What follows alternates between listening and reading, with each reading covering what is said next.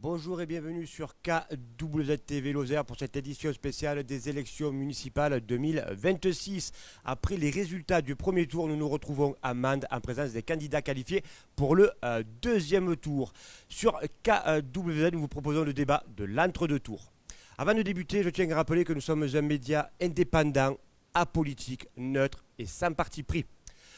Vous remerciez aussi, vous avez été plus de 150 000 à nous suivre pour ces trois débats sur les villes lozériennes. Nous sommes en présence dans l'ordre établi de la préfecture par Madame Emmanuelle Soulier pour justement, elle va nous expliquer un peu cela. Il y a eu du remaniement. Oui, bonjour. Mademoiselle, Madame Stéphanie Morin, ici aussi pour Ensemble pour Mende. Bonjour à toutes et à tous. Et Monsieur Hermélène Péris pour À gauche, toutes et tous. Bonsoir. Comme vous pouvez le voir, M. Saint-Léger pour Choisissons Mende n'est pas présent. Le dépôt des listes s'est clôturé à 18h. Nous avons vu naître des alliances. Oui, l'alliance est fraîche.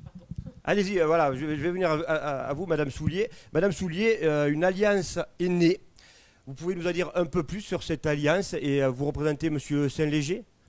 Oui, l'alliance est très récente. Les discussions ont commencé il y a peu de temps. Il y a eu des points de divergence et puis on a trouvé une convergence ce matin et l'alliance s'est faite. Le dépôt de liste a été fait cet après-midi. Alors vous, votre liste justement qui représentait 21,15%, donc vous alliez. Vous faites une alliance avec M. Patrice Saint-Léger, Choisissons Mende à 34,34%. Alors c'est une alliance et une partie de la liste sera concernée, mais pas toute la liste. Je veux être très sincère avec tout le monde. Certains ne participent pas à cette alliance. Eh bien, on aura des explications dans la soirée. Madame Morin, je reviens avec vous. Les dépôts de listes sont clôturés. Les 4 listes étaient potentiellement au deuxième tour. Il y aura 3 listes qui se maintiennent. Cette alliance, Monsieur Saint-Léger, Madame Soulier, votre réaction ? Alors déjà, je veux demander à Madame Soulier si c'est elle la tête de liste, puisqu'elle est là ce soir. C'est ma première question. Non. D'accord. Donc première adjointe peut-être ? Non plus. D'accord. Voilà, parce que ce sont les têtes de liste qui avaient été conviées ce soir. Donc, je vais revenir sur ce point. C'est un débat qu'on avait prévu avec 5 colistiers pour chacun. Et pour le climat actuel, on a souhaité, Eric et moi-même, de débattre tous les 3 sans colistiers pour être dans la sérénité. Voilà, je tenais à clarifier les choses. Et Monsieur Saint-Léger n'était pas disponible ce soir ?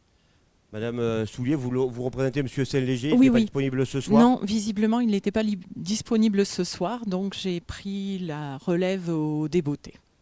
Le sera-t-il plus pour la ville de Mende par la suite ? Parce que là, on nous demande de nous libérer 1 heure, ce qui ne paraît pas être beaucoup comparé au temps qu'il va falloir qu'on passe par la suite pour gérer cette ville. Je ne connais pas totalement son emploi du temps, mais moi, j'étais libre, j'étais disponible et prête à venir débattre avec vous. Donc, bien, pour votre liste, donc justement, ça passe à Choisissons Mende ?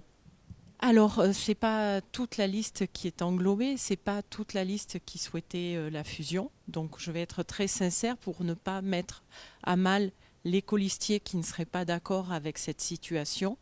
Et c'est un choix pragmatique qui a été fait pour pouvoir faire entendre la voix et notre voix et notamment pouvoir débattre et proposer une partie de notre programme qui sera assimilée et auquel nous tenions vraiment beaucoup. Pour être équitable avec tout le monde, je vais rappeler le score de Madame Morin pour Ensemble pour Mende, 32,29%. Important de le signaler. Monsieur Péris, vous vous maintenez au deuxième tour, 12,21%. Votre réaction sur la fusion des 2 listes ?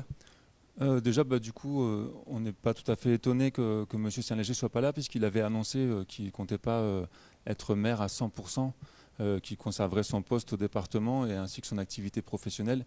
Donc c'est vrai qu'on peut comprendre qu'il lui reste assez peu de temps pour la mairie et pour la campagne.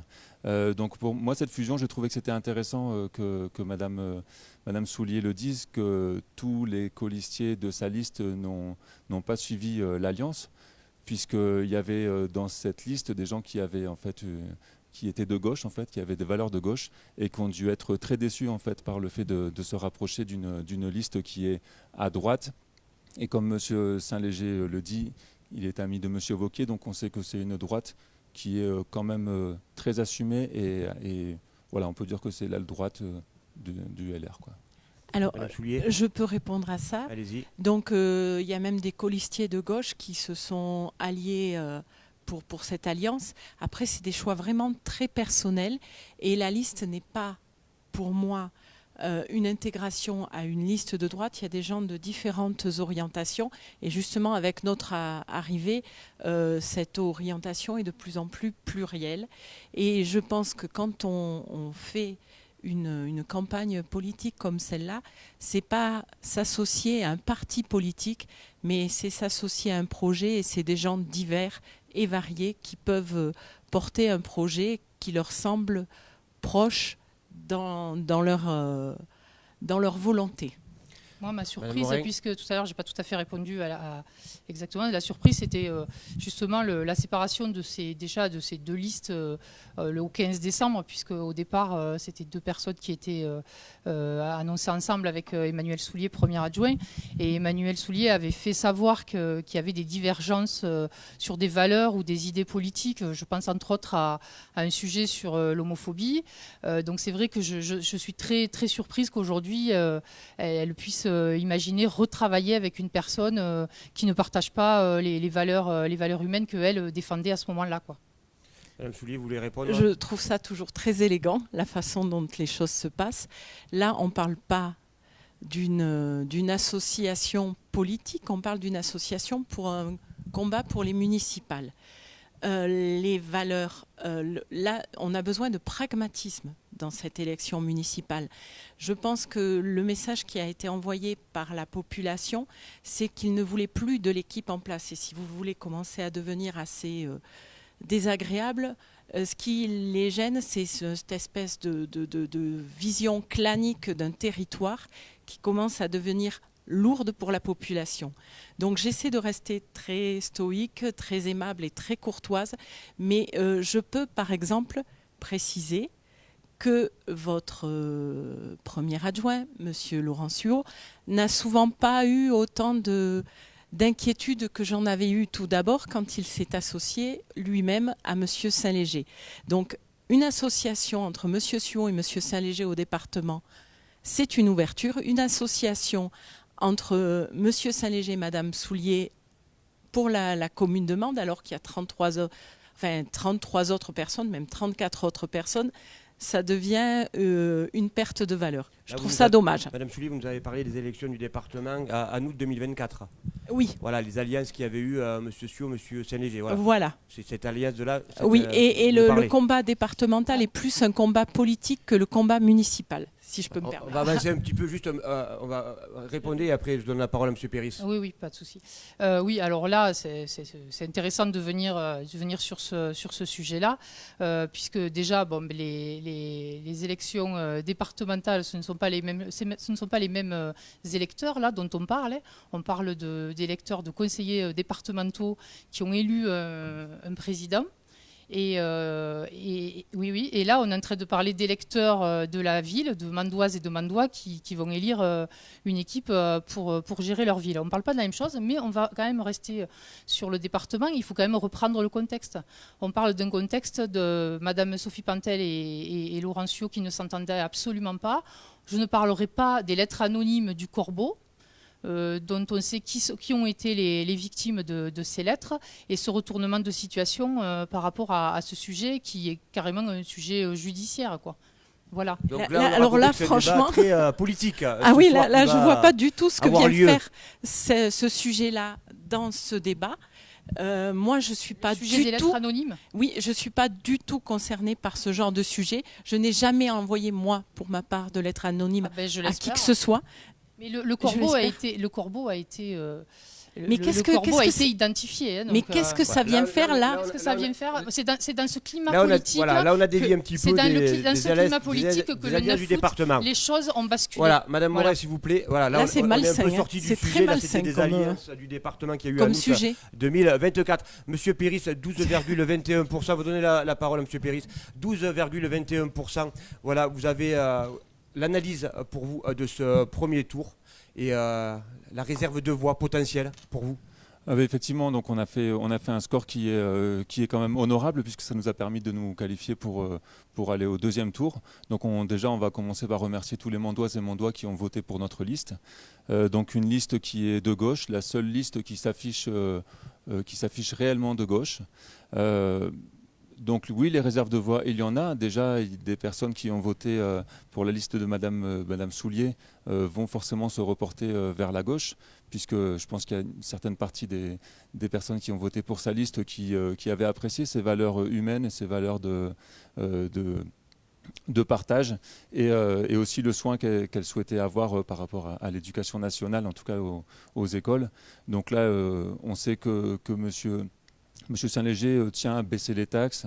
Donc de toute façon, quand on baisse les taxes, on n'a plus d'argent pour financer ce qu'on veut financer.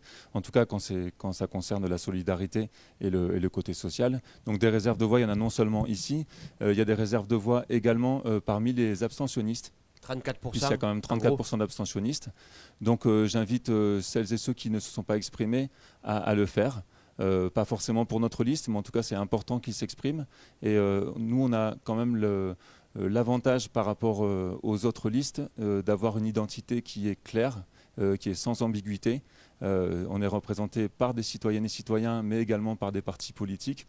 Donc ça permet d'avoir une carte d'identité, ça permet d'avoir une vraie clarté dans la politique qu'on va faire par la suite, puisqu'en fait on peut dire on est quand même une grande ville et on sait qu'il y a beaucoup de listes qui sont apolitiques dans les petites villes, etc. Mais je pense que déjà pour politiser les gens, pour qu'ils comprennent réellement les enjeux, les différences qu'il peut y avoir entre des listes libérales de droite et des listes qui sont sociales de gauche, il faut pouvoir identifier la personne pour qui on vote. Et donc c'est essentiel pour nous cette identité et on invite vraiment les gens qui ne se sont pas exprimés déjà pour s'opposer à la droite à s'exprimer ce dimanche. Voilà, Madame Morin, même question, l'analyse du premier tour, réserve de voix potentielle parmi les 34% des gens qui ne se sont pas déplacés aux urnes, puisque si on additionne les deux scores de M. Saint-Léger et de Mme Soulier, potentiellement 55%, comment aller récupérer des voix pour monter votre score ? Oui, alors il y a bien sûr toutes les personnes qui se sont abstenues à ce premier tour qu'on appelle à aller voter au deuxième tour, toutes les personnes qui ne sont pas empêchées et qui pourraient même donner procuration. Et puis également, on espère qu'il y a des Mandois qui vont comprendre que dans notre liste, certes, il y a de la continuité, mais il y a aussi de la nouveauté. Monsieur Saint-Léger, ça fait depuis 2004 qu'il est en politique. Je veux dire, c'est quelqu'un qui, comme Laurencio, si c'est le sujet qui doit apparaître, et comme vous dites, certains Mandois questionnent, Monsieur Saint-Léger, depuis 2004, est élu, soit au département, soit dans une mairie. Donc il y a de la continuité. La continuité, elle est nécessaire aussi pour transmettre les dossiers, transmettre ce qui a déjà été fait, transmettre ce qui n'est pas faisable non plus, les bonnes pratiques. Donc je pense qu'il y a les Mandois aussi qui avaient fait le choix de voter pour l'une ou l'autre liste, celle de M. Saint-Léger ou Mme Soulier. Il faut qu'ils fassent le choix d'un maire qui va déjà habiter à Mende, qui va être disponible. Même pour une heure, qui va se rendre disponible, qui consomme amande, qui va être à proximité de ses habitants et qui y est depuis un moment. C'est-à-dire que le maire aussi, il faut qu'il connaisse... L'équipe en place, elle est en place depuis 2008, soit 18 Alors, ans. certains, ce que je veux préciser aussi, c'est que quand même, j'ai des nouveaux dans la liste. J'ai Marie Bouquet, Arsène Cara, tout ça, ce sont des jeunes. Je ne risque pas de les citer tous, sinon voilà, ça prendrait beaucoup de temps et j'aurais moins de temps de parole. Mais ce sont des personnes qui font bouger les lignes. Aujourd'hui, ça fait des mois qu'on travaille ensemble. On sait qu'on est une équipe qui fonctionne aussi. C'est ce que je veux dire. Quand on vient juste de s'intégrer à une boucle WhatsApp, il faut reprendre le train en marche. Avoir une équipe qui fonctionne, c'est important pour la suite parce que effectivement, dès l'élection, dès le lendemain, comme vous le disiez tout à l'heure, il faut être au boulot. On ne va pas se reposer quand l'élection sera finie. Ça va continuer. C'est pas là où il ne faut pas croire qu'on va se reposer. Les nuits seront des fois courtes. Oui, je vous le disais tout à l'heure. Le téléphone, il n'est jamais éteint quand on est maire. H24. Et il faut être sur place rapidement. J'ai pu vivre ça pendant ce mandat à 2 reprises quand j'étais d'astreinte à la mairie, où j'ai dû appeler une fois, c'était Laurencio, le maire en place, une fois Régine Bourgade, en pleine nuit, pour qu'ils se rendent sur les lieux, parce que c'était indispensable, et ceci dans de très brefs délais. Il faut être sur place. Madame Soulier, l'équipe, on va parler Stéphanie Moret nous disait la continuité. Vous êtes au concert donc, de l'opposition. Si demain votre liste arrive en tête, quel changement pour la ville demande concrètement ? Alors, quel changement pour la liste, pour la ville concrètement ? Donc, vous n'aviez pas posé la question que vous leur avez posée concernant les pourcentages et ce qu'avaient voulu dire les Mandois. C'est ce que vous avez posé comme question. Non, je ne vois pas quelle question. Non, pardon. Non, j'ai pas suivi le temps. Pas tout du le tout, monde. non. Je parlais des 12% de monsieur Péris. Voilà. Et vous, donc, là, Stéphanie Moret nous parlait de la continuité, ce que c'était important. Vous, si vous arrivez demain avec votre équipe ensemble, la continuité, donc du coup, ça sera une nouvelle équipe. Oui. Et qu'est-ce qui pourrait changer concrètement pour les Mandois, pour tout le monde ? Pour tout le monde, ce qui pourrait changer. Les associations, les clubs. D'accord. Alors, pour tout le monde, ce qui pourrait changer, alors contrairement à ce que disait M. Péris, ça, en revanche, on n'a pas tous les mêmes visions par rapport à la vision qu'a M. Saint-Léger de la politique nationale. Mais pour les écoles, il est très, très attaché aux écoles mandoises. Ça, c'est quelque chose par rapport à son passé. Je peux vous certifier qu'il est attaché aux écoles mandoises. Ensuite, ce qui pourra changer, c'est qu'on voudrait une gestion saine, équilibrée, transparente, indépendante. Parce que ce qui est reproché à l'équipe de M. Suot, il faut bien appeler un chat, c'est le côté clanique, c'est le côté installation dans la continuité depuis fort longtemps, qui a créé des réseaux qui des fois font qu'il y a un manque d'équité, il y a un manque de transparence. Les commissions ne sont pas des commissions qui fonctionnent. Ça, vous avez eu des exemples, par exemple ? Oui, les commissions, là, pour avoir été élu de minorité, les commissions, c'est des commissions qui sont juste là pour les élus de majorité. Les élus de minorité ne sont jamais associés. Si, ils sont invités. Non. Alors, commission finance, les commissions d'attribution de Madame Moret, d'attribution pour des subventions aux associations. Alors, il y avait Madame Jacques qui était présente. Oui, pour la première fois, parce que j'ai bien insisté sur le fait que les campagnes et que les municipales arrivaient. La commission urbanisme, j'ai eu 3 commissions urbanisme où on m'a déterminé ce qui avait déjà écrit sur le bulletin municipal. Donc c'est des commissions fantoches. C'est un exercice extrêmement solitaire du pouvoir. La décision d'attribution des subventions se fait d'une façon totalement arbitraire, que ce soit à la commune ou à la communauté de communes. Il y a eu une première ouverture, mais où tout était déjà décidé. C'est cette façon de gérer une collectivité qui ne plaît pas aux gens. C'est cette façon, c'est cette chose-là qui a mis les gens qui ont commencé à réagir par rapport à votre institutionnalisation. Il y a un moment où on se détache de ce qui devrait être une vraie collectivité, où on imagine que le pouvoir est un exercice solitaire et que les autres sont là pour regarder ce qui se passe sans pouvoir discuter. Il y a un total manque de transparence, d'équité dans les attributions de terrain, dans les attributions de subventions, dans l'embauche des personnes. C'est quelque chose dont maintenant les gens se sont rendus compte. Et c'est la chose qui est la plus dommageable. Et moi, je trouve ça très, très triste qu'il n'y ait pas cette transparence. Et ça, je peux le dire, en ayant été élu de minorité pendant 6 ans et en ayant vu comment les choses fonctionnent. Et c'est cela qui vous porte préjudice maintenant. La transparence, juste, c'est que tout ça est délibéré au conseil municipal quand même. Et un conseil municipal, c'est public. Voilà. Les choses sont dites. Monsieur Péris, demain, vous êtes maire de Mende. Qu'est-ce qui va changer concrètement pour la vie des Mandois? Ben nous, vous parliez de continuité. Nous, on souhaite vraiment être dans la rupture par rapport à ce qui est en place, justement. Donc, ce qui changerait, on l'a expliqué tout au long de notre programme, c'est déjà les valeurs de base, c'est-à-dire la solidarité, le vivre ensemble, bien sûr, mais ça, c'est juste des mots. Mais ça se concrétiserait notamment. Alors, je rappelle encore la question de la santé. Je sais que monsieur Saint-Léger trouvait absurde la notion de médecins généralistes salariés. Maintenant, c'est un vrai besoin. Il y aurait, d'ici quelques années, plus de médecins, peut-être par la suppression du numerus clausus. Donc, on nous dit, vous inquiétez pas, dans 4-5 ans, il y aura des médecins. Ok, donc, prenez votre mal en patience. Pendant 4-5 ans, vous n'aurez pas de médecin, mais vous inquiétez pas, vous pouvez toujours aller aux urgences. Donc, M. Saint-Léger est contre les médecins salariés. Et donc, on peut effectivement se retourner vers les urgences. À qui on aura affaire aux urgences? À des médecins salariés. Donc, en fait, c'est simplement décaler le problème, c'est-à-dire qu'on va reporter la charge de l'absence de médecine libérale, on va la reporter sur l'hôpital public.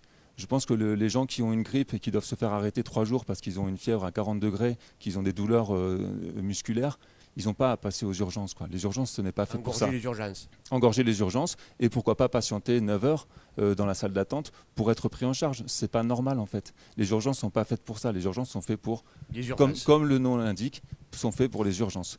À Mende, on a la chance quand même d'avoir le SAS.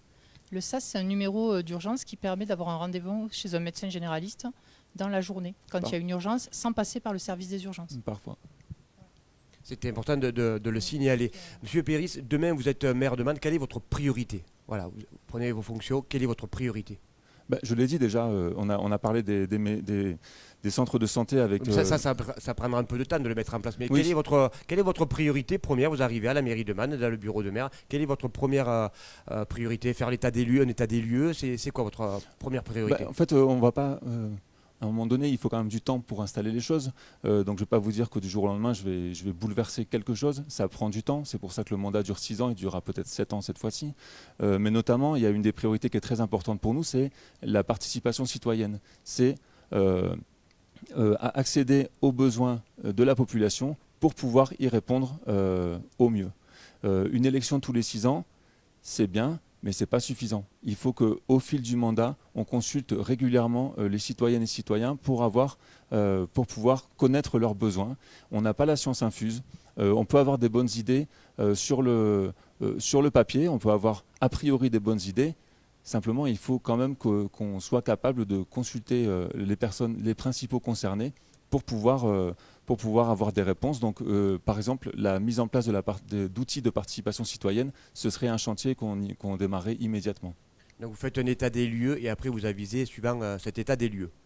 Oui, de toute façon, comme vous le dites, il n'y aura pas de continuité, il y aura une rupture. Donc effectivement, il y aura de toute façon un petit temps d'adaptation, même si, comme le dit Madame Morin, il faut être tout de suite tout de suite prêt à réagir. Donc il y a forcément des urgences à gérer, etc. Mais par contre, quand on propose un projet qui est ambitieux et qui est quand même marqué politiquement, qui veut mettre en avant des valeurs de gauche, il y a un temps pour monter ces projets. Voilà, ça ne se fait pas en claquant des doigts. Madame Moret, même question. Quelle serait votre priorité? Demain, vous êtes élue mairesse ou maire de Mende. Maire, Madame la maire. Vous préférez que mairesse. Voilà. Donc, Madame la maire, quelle est votre priorité première en arrivant dans le bureau? Alors, il faut savoir que les affaires courantes, c'est 90-95% des sujets journaliers. Tous les sujets sont urgents. Il faut se mettre sur tous les dossiers en même temps. C'est pour ça que le travail à fournir est énorme. Hein. C'est pas un 5 jours sur 7 et c'est pas 7 heures par jour. C'est des grosses journées et ça ne s'arrête pas. Il faut aussi représenter la ville dans les instances et les collectivités. Il faut avoir des liens avec la préfecture, le département. Il faut aussi créer des liens à Paris. Le sujet de la santé, comme vient de le dire M. Péris, c'est un sujet sur lequel il faut travailler tous les jours parce que ce qu'on disait, c'est qu'on a les outils, mais il faut attirer les Remplir médecins. la MSP, par exemple. Voilà, il faut guetter tous les médecins qui pourraient potentiellement venir s'installer sur Sur la ville. la ville, et du coup à savoir ce qu'il leur faudrait pour choisir notre belle ville de Mende. Donc ça, c'est un sujet où il faut être quotidiennement, mais pas que. Il faut également travailler sur, bien sûr, la sécurité, le confort de nos écoliers tous les jours. C'est un sujet qui doit nous préoccuper tous les jours. La sécurité, continuer à travailler sur ce sujet. L'attractivité du centre-ville, le monde économique. Il faut être sur le terrain toute la journée. Il ne faut pas être dans son bureau. Il faut être sur le terrain, là où les entreprises travaillent, là où les gens vivent, pour voir quels sont les problèmes et pouvoir y répondre. Le sujet aussi, peut-être moi, si j'accède à cette place, c'est de faire aussi le tour des services, les services de la mairie, même si je les connais déjà, pour pouvoir connaître aussi le travail de chacun, et puis voilà, les sujets qui peuvent être abordés aussi en termes de qualité de vie de travail. Et d'organisation et d'optimisation d'organisation, puisqu'on a parlé de la police municipale, par exemple, pendant cette campagne, et qui est dans notre programme. On sait que là-dessus, il va falloir rapidement aussi travailler avec eux sur ce qu'on veut faire de cette police de proximité. Madame Soulu, je ne vous demande pas de répondre pour Monsieur Saint-Léger qui est absent, mais vous, ça serait quoi votre priorité Je pense que la priorité, en revanche, là, c'est vraiment quelque chose qui est commun à tous les deux. C'est de bien comprendre comment cette collectivité fonctionne, quelles sont les choses qui fonctionnent bien, quels sont les dysfonctionnements, comprendre comment les finances sont portées et comment la communauté de communes, et ça, je pense qu'on a déjà pas mal d'indications là-dessus, mais il faudra voir quelles sont les marges de manœuvre par rapport à cela. Et puis, pour comprendre comment elles fonctionnent, je veux apporter un démenti, parce que Madame Morin l'a fait pour Monsieur Saint-Léger, l'a fait également pour moi. Le but de comprendre comment elles fonctionnent, comment on peut améliorer la propreté, comment on peut améliorer la gestion des personnels, c'est absolument pas l'idée de faire une chasse aux sorcières ou de prendre moins d'employés. C'est absolument pas ça. C'est pouvoir leur donner une possibilité de travailler qui leur sera plus confortable et plus agréable, pour avoir une vision vraiment panoramique de comment les choses se passent. Et il n'y a pas du tout, comme l'équipe de Madame Morin semble l'indiquer, la volonté ni d'aller surveiller les employés, ni d'aller faire une chasse aux sorcières. C'est bien évidemment surtout pas ça.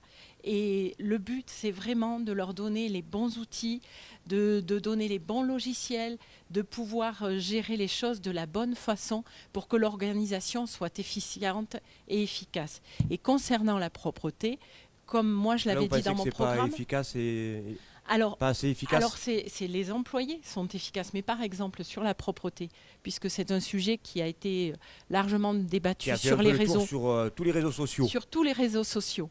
La propreté, le souci, c'est pas que les agents ne font pas leur travail, bien au contraire, mais c'est qu'ils sont pas suffisamment nombreux sur ce sujet-là. C'est tout simplement ça. Donc il faudra embaucher un peu plus sur la propreté, c'est indéniable. Sur la propreté, c'est indéniable.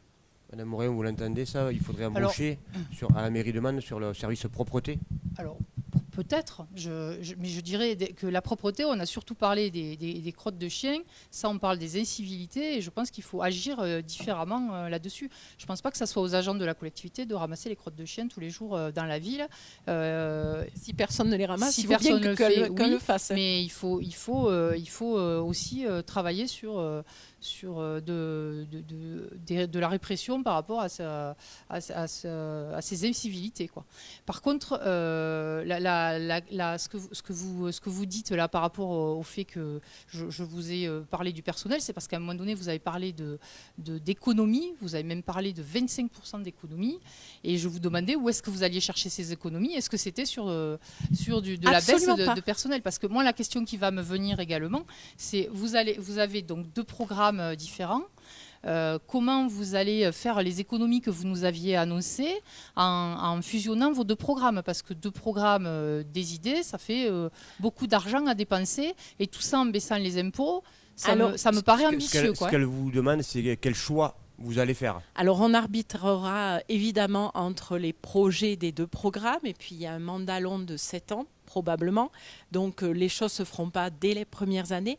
Et pour les arbitrages, là en revanche, je pense qu'on sera tout à fait d'accord avec Monsieur Saint-Léger et moi-même et Monsieur Schwander. Il y a beaucoup d'économies à faire qui ne sont pas forcément sur les personnels. Parce que ce n'est pas sur les personnels que les charges de fonctionnement ont le plus augmenté. C'est toute autre charge de fonctionnement qui souvent s'apparente à des arrangements. Donc c'est sur ce sujet-là qu'il va falloir faire des économies. Et je peux vous promettre que sur ce sujet-là, on a de quoi faire les pourcentages d'économies nécessaires. On va en parler de charges avec vous, Monsieur Péris. On se dirige vers une crise énergétique. Cela va avoir un impact sur le budget des communes. Comment allez-vous revoir vos projets, vos priorités avec la crise énergétique qui va se profiler ? Bien déjà, nous, on pense plutôt au long terme, puisque là, on ne sait pas qu'est-ce qui va se passer dans les semaines qui viennent. Donc oui, il va l'énergie va monter, va augmenter. Ah, vous dire globalement l'électricité, tout oui, mais ça touche. Tout va aller crescendo, on le sait. Donc, est-ce que ça va avoir un impact sur vos projets, sur vos priorités ? Déjà, on a proposé justement, on est les seuls à vouloir, enfin il me semble, à vouloir installer des panneaux solaires sur tous les parkings publics, en tout cas déjà pour produire de l'énergie sur la commune de Mende. Cela pourrait accélérer ces projets, la crise énergétique qui se profile ? De toute façon, c'est un projet écologique, donc c'est pas forcément pour faire des économies. Ça fera des économies, mais c'est aussi pour utiliser moins d'énergie fossile, notamment si on génère de l'énergie, on va pouvoir de l'électricité, on va pouvoir remplacer peut-être des chaudières au fioul et donc avoir un chauffage plus écologique.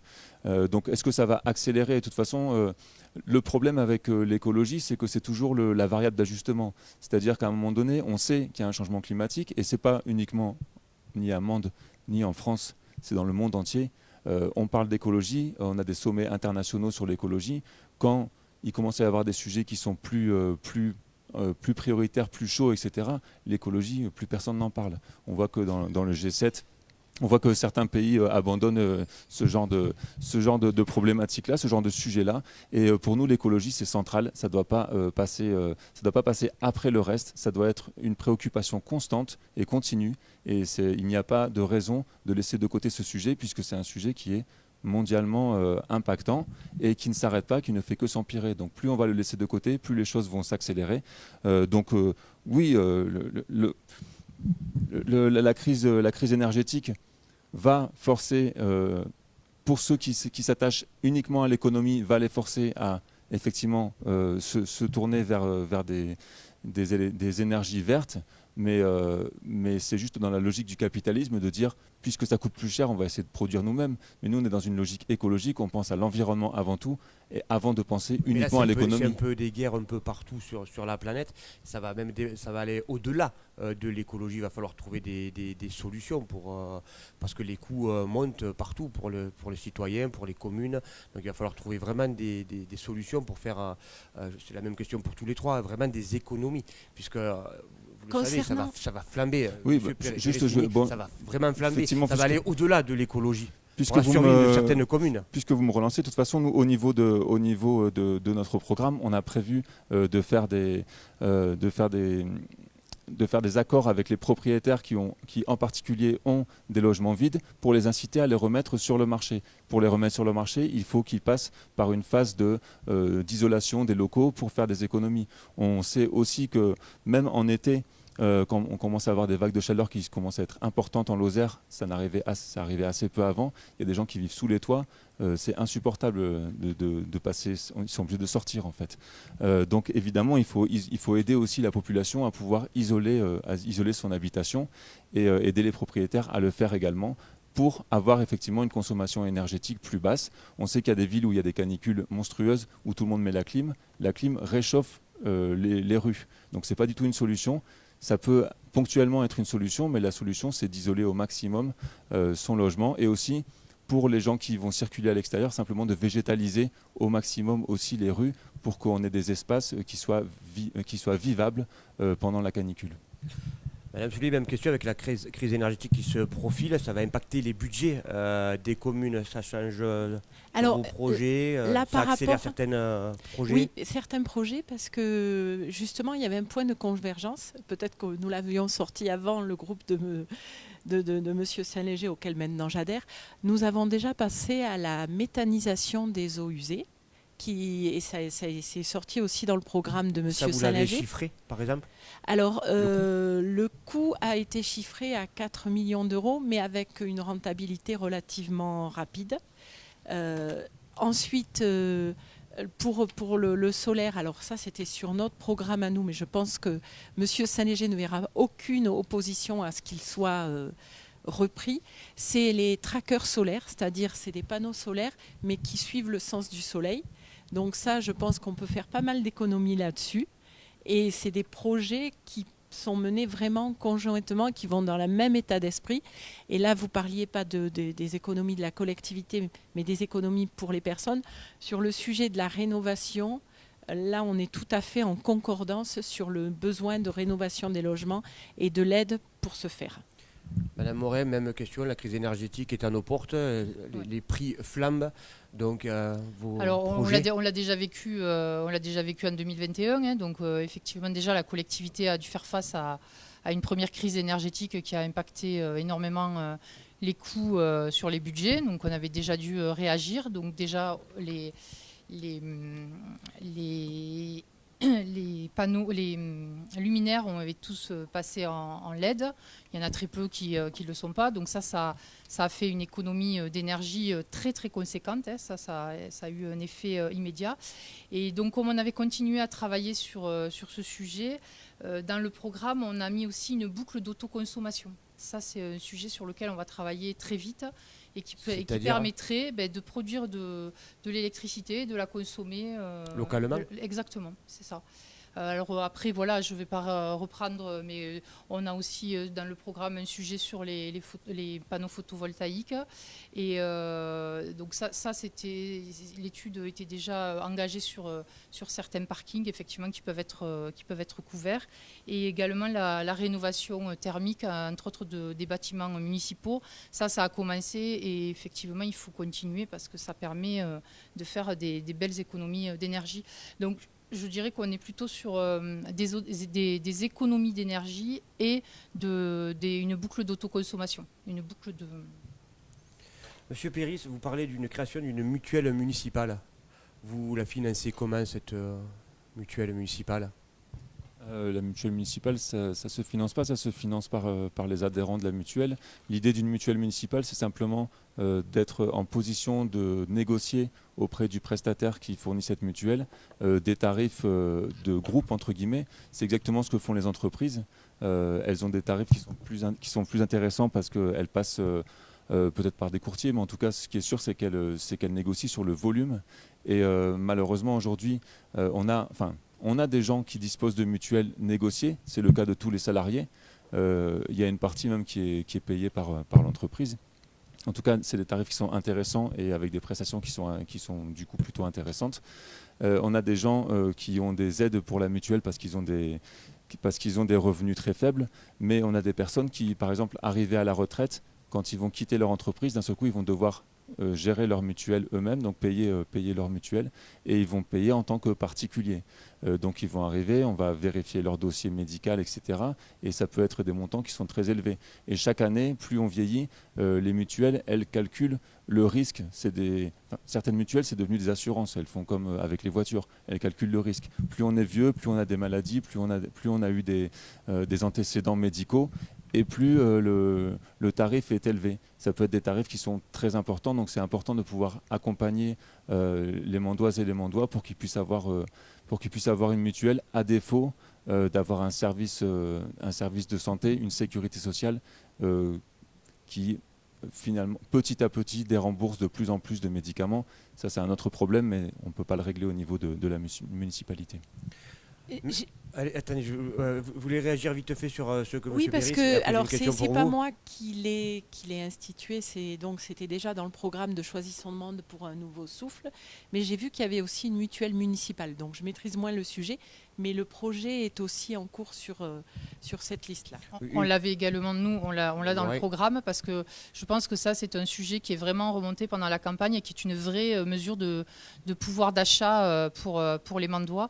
Le fait de négocier une mutuelle à l'échelle demande pour différents types de catégories, puisque c'est vrai que les mutuelles, on sait que ça évolue avec l'âge. Donc le fait de négocier de manière globale, ça permet de négocier les prix. Et là, c'est vraiment une mesure de pouvoir d'achat. C'est pour ça que je vous ai posé, attaquant par M. Paris, cette mutuelle municipale, c'est attendu par les Mandois. On ne pourra pas poser toutes les questions, mais les Mandois aussi, voilà, ils se posent certaines questions. Madame Soulier, l'entrepreneuriat féminin, les femmes n'entreprennent pas, Amanda? Alors là, justement, C'est une question. Alors dans la liste, nous avons intégré la personne qui, dans notre première liste, portait ce projet.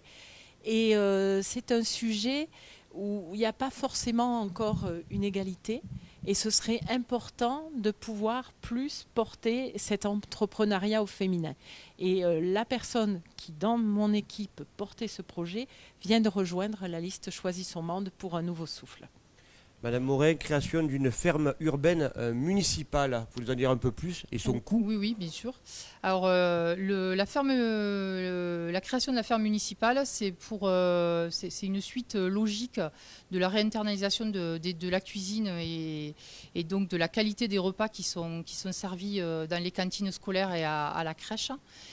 Cette ferme urbaine, elle permettrait de produire des légumes qui pourraient aller directement dans les assiettes des enfants.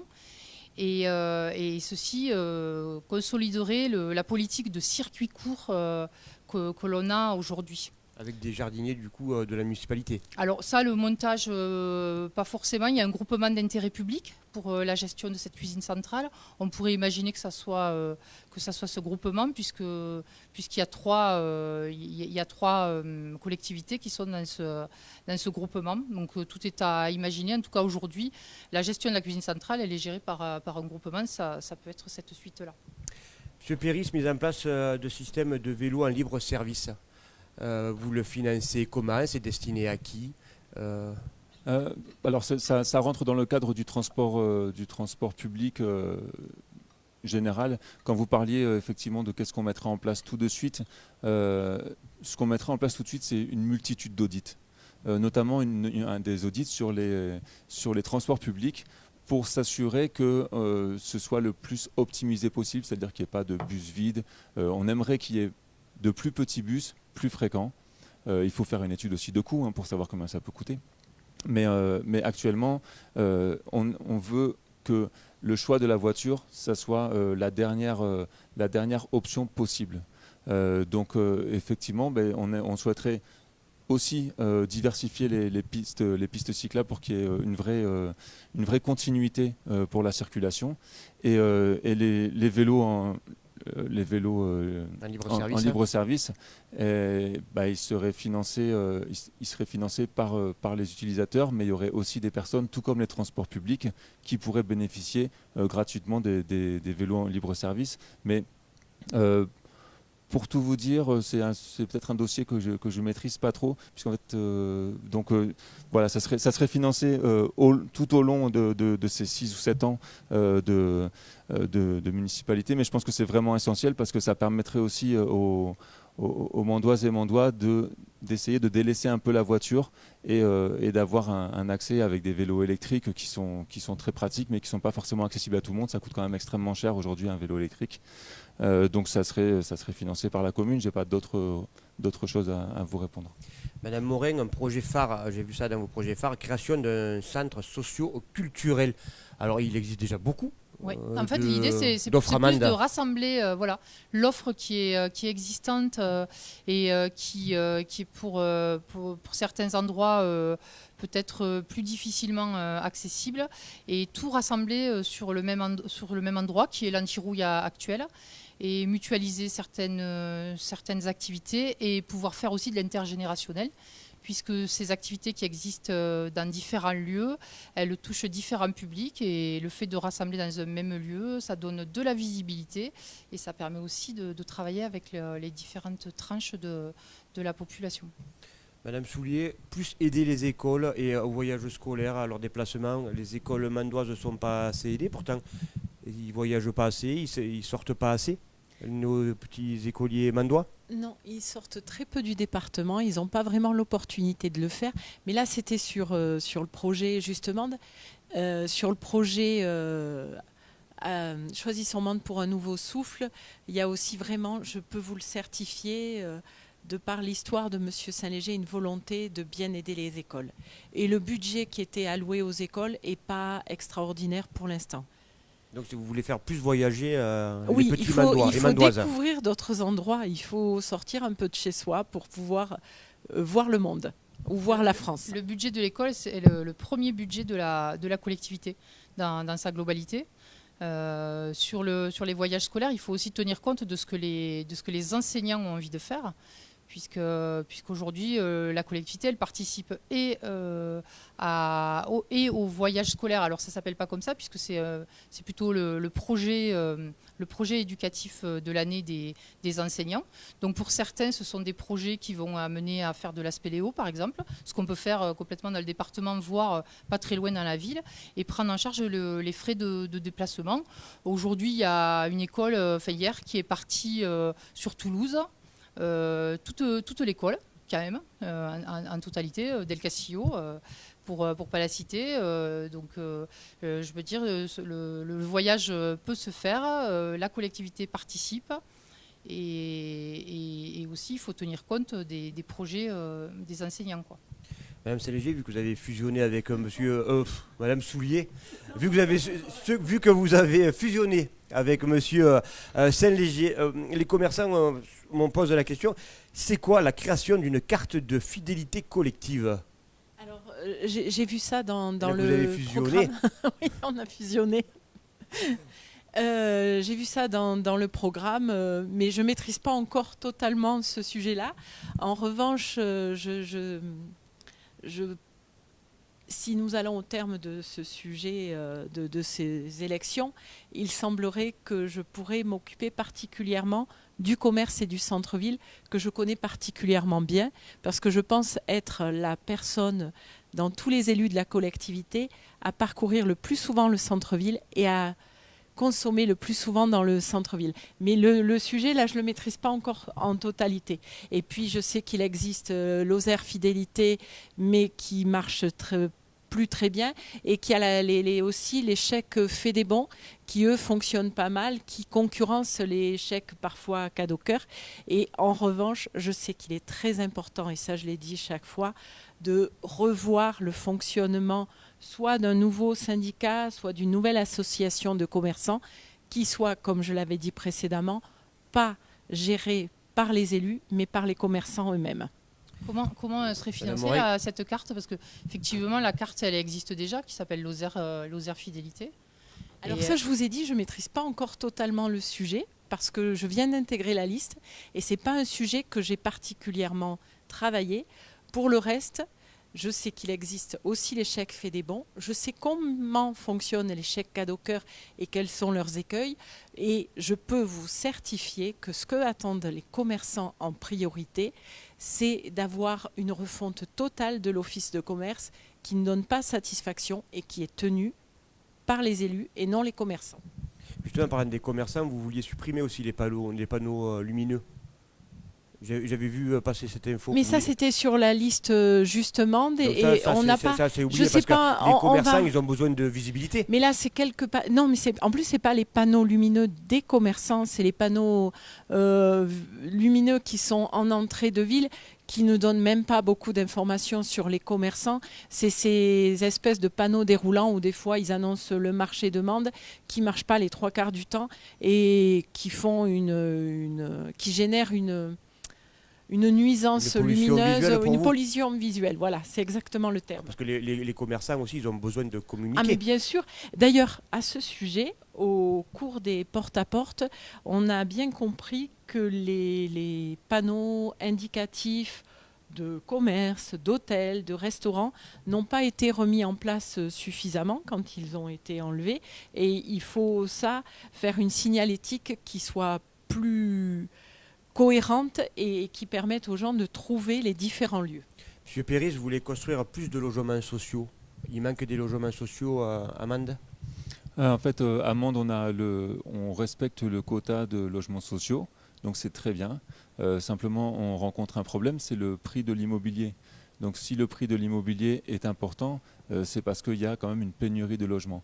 Donc il y a une pénurie de logements, les gens trouvent quand même à se loger, mais à quelles conditions? Donc on a des prix qui sont élevés pour des logements qui ne sont pas correctement isolés.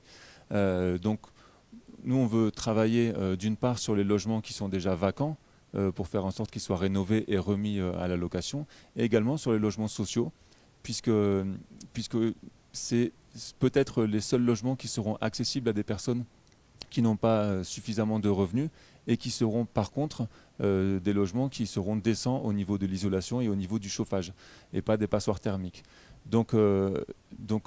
Et aussi c'est une manière aussi de revenir un peu sur une mixité sociale, parce qu'en fait on concentre beaucoup de logements qui sont très dégradés, qui sont effectivement peu chers, mais ça concentre à certains endroits de la ville les personnes qui n'ont pas d'autre choix que d'habiter dans des logements qui ne sont pas décents pour la vie. Insalubre. Insalubre, tout à fait. Madame Morin, j'ai vu aussi sur votre tract, réflexion d'un pôle de loisirs multi-loisirs. Alors réflexion, bowling, discothèque, ce serait public, ça serait privé. Alors là, au contact des Mandois, alors ce sont les jeunes qui en parlent, mais aussi les parents des jeunes sur le sujet des loisirs à Mende, où les jeunes souhaiteraient avoir plus de loisirs sur place et pas forcément avoir à se déplacer.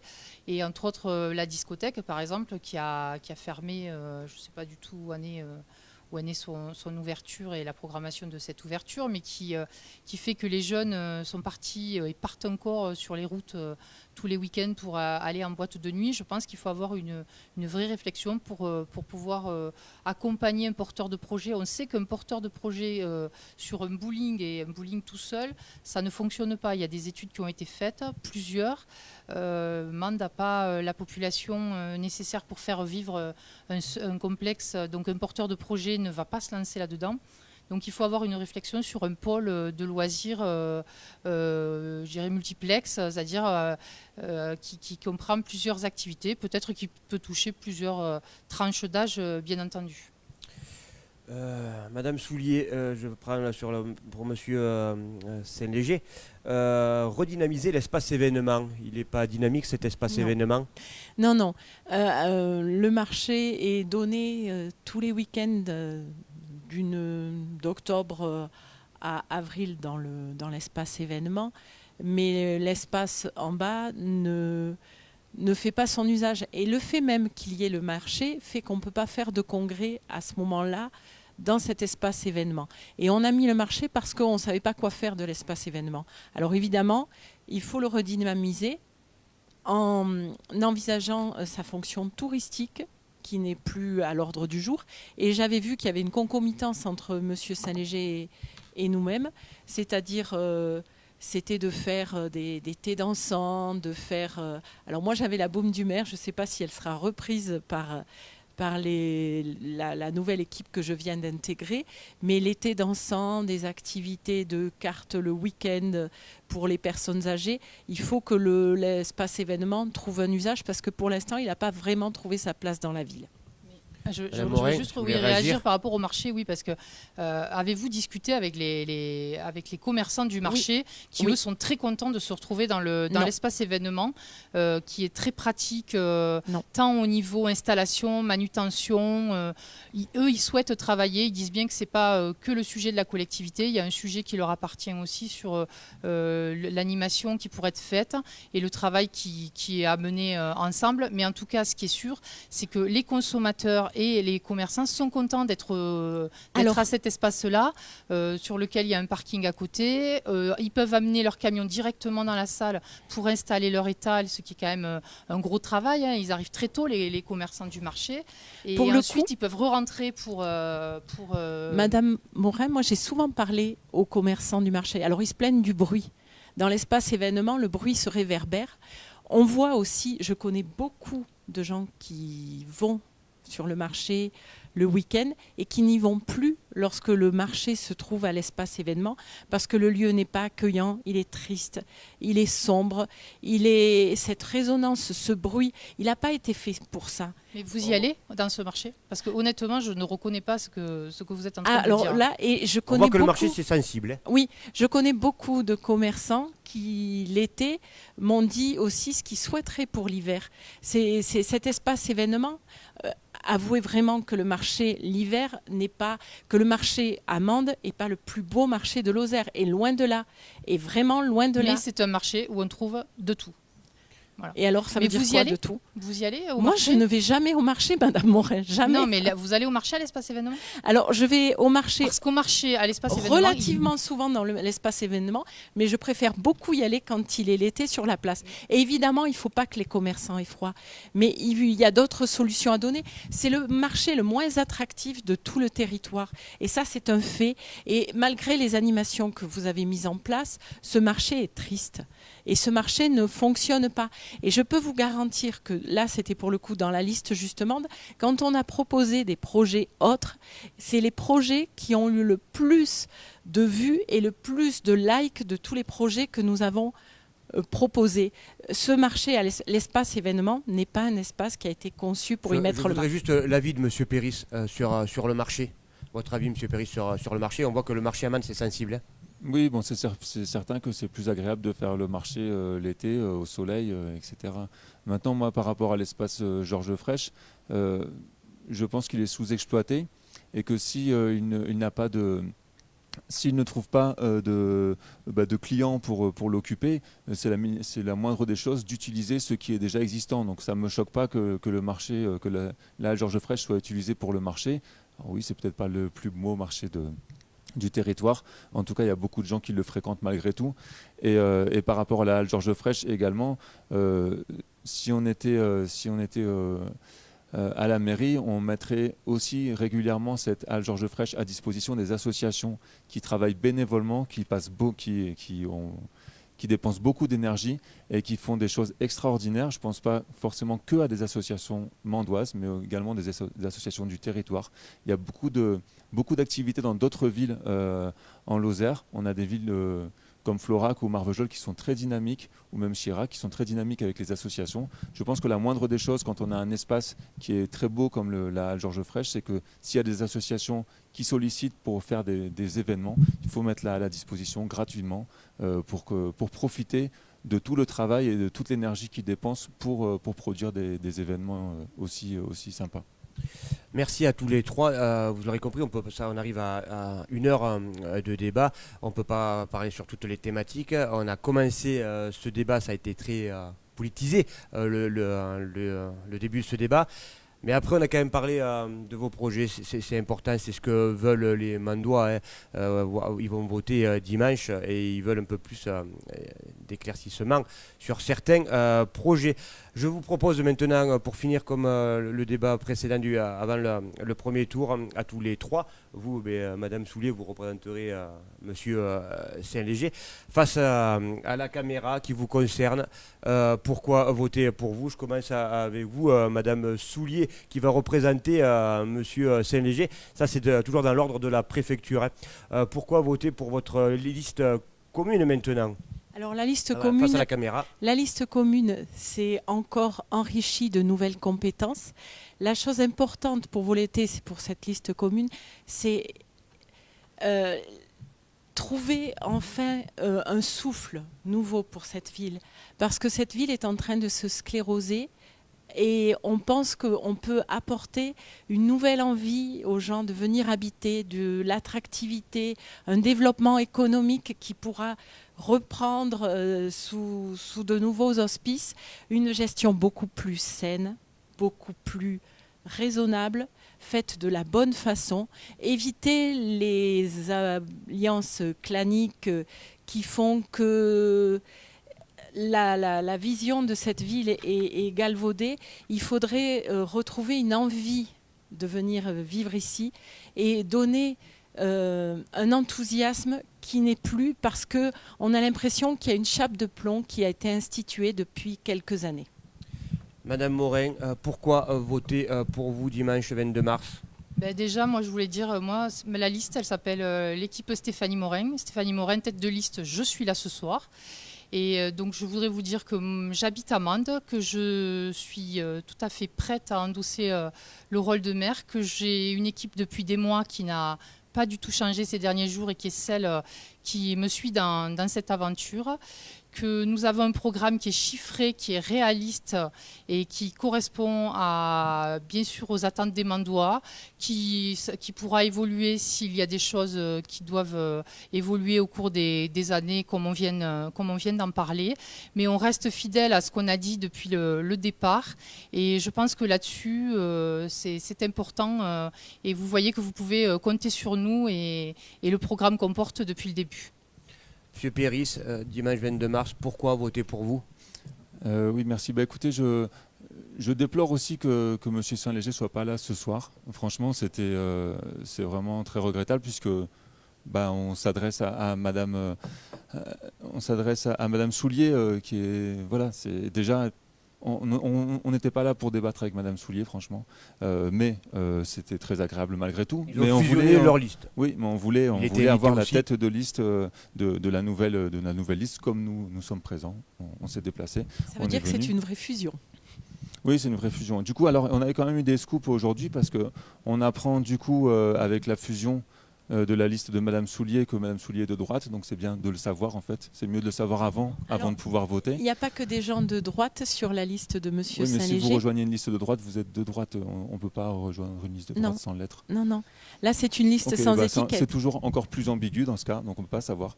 On apprend également cet après-midi que Monsieur Robin de la liste de Madame Morin nous annonce que apparemment c'est une liste de gauche. Donc on est heureux aussi de l'apprendre. On a Madame Pantel qui soutenait la liste de Madame Soulier, qui maintenant soutient la liste de Madame Morin.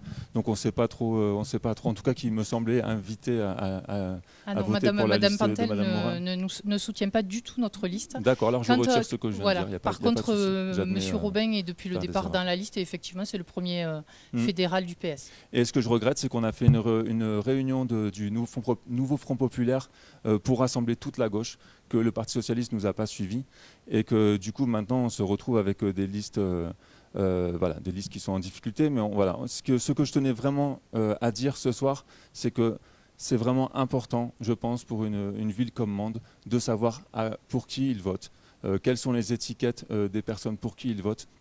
Les listes d'associations entre droite et gauche, etc., les listes qui sont des candidats qui sont macronistes, qui font des alliances avec la droite et la gauche, c'est pas clair en fait. On a besoin de savoir quand on vote, on a besoin de savoir pour qui on vote, parce que quand on a derrière nous des partis politiques qui ont une histoire longue, on sait à quoi s'attendre, on sait pourquoi on vote. Et donc j'invite les Mandoises et les Mandois à voter pour la liste à gauche toutes et tous, parce que nous restons fidèles à nos valeurs, nous ne faisons pas d'alliance avec qui serait contre nature, et simplement pour tous celles et ceux qui ont des valeurs de gauche, de vivre ensemble, de solidarité, c'est la seule liste de gauche qui existe aujourd'hui, en tout cas qui est clairement à gauche, où il n'y a pas de mélange des genres. Donc votez pour la liste à gauche toutes et tous. Merci à tous les trois d'avoir débattu sur KWZ-TV Lozère. Merci à Eric pour la réalisation de ce débat. Merci à vous de nous avoir suivis. Je vous donne rendez-vous dimanche 22 mars, un peu avant 20h, en direct de la préfecture pour les résultats des 4 communes lozériennes concernées par le deuxième tour. Encore merci à tous et bonne soirée.